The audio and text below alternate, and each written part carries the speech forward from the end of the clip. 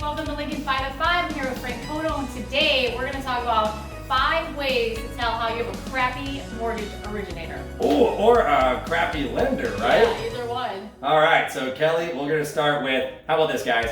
A lender who doesn't have a lot of options. What do we call that? A bank? Yeah. A bank, right? So what happens when you go to a bank, and this is a real scenario, guys, and you want to apply to purchase a condo for your primary residence that you're going to live in. And you go to the bank and you give them all your paperwork and you have great credit and great income, and the bank says, hey Kelly, I'm sorry, condos require 10% down payment in the state of Florida. Huh? That's not a guideline. That's because the bank has one set of rules, or the lender you're working with has one set of rules. Very important thing as a consumer, ask them, is that your rule?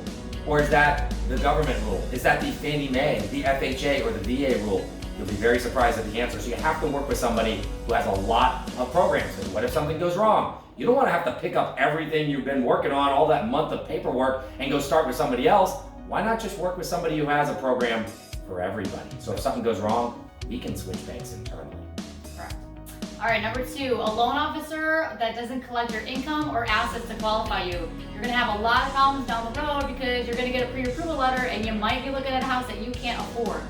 You're wasting your time and a realtor's time, so make sure that you guys turn in your information. If a lender does not require that, then they're just giving you a fake pre-approval.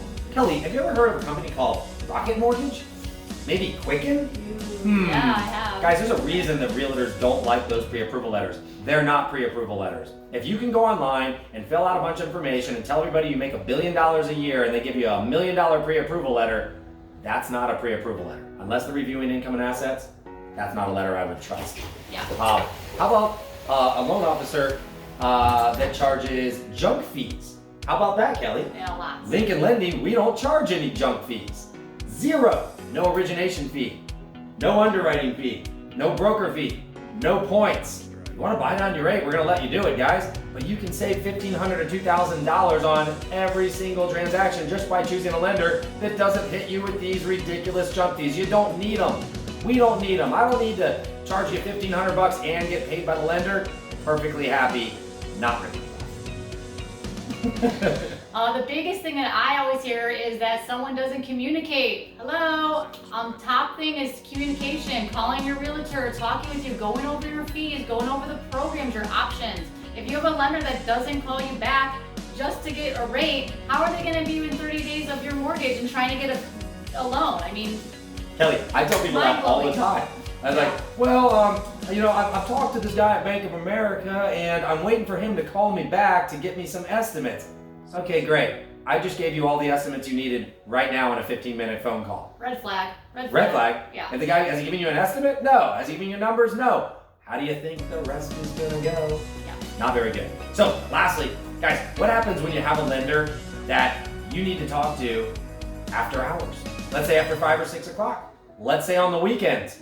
Is your lender available to you after 5 o'clock or on the weekends? Kelly, are you? I am. Absolutely. All the Everybody time. here is. If I don't text back, there's something wrong. Absolutely. Me too. So you know my little secret I tell people is, everybody's a buyer now, maybe not today, but tomorrow, but everybody needs communication, right? So if your client, if they're not going to get back to you when you need them on the night and weekend, what do you think is going to happen when there's an emergency?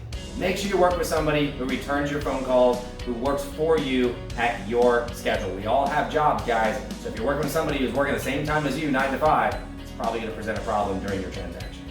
Well, that's our Lincoln 5 at 5, and if you have a crappy lender right now, call us because we'll help you and we'll communicate with you and your realtor. That's right. Call Kelly. You can go to 813mortgage.com anytime and find Kelly and do an application. Have a great day.